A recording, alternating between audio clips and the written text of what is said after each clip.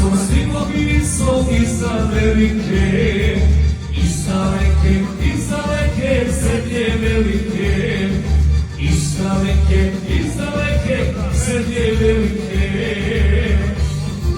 Piše Đujić i njegova braća, da se opet u kraju vraća. Piše Đujić i njegova braća, da se opet na Dinaru vraća.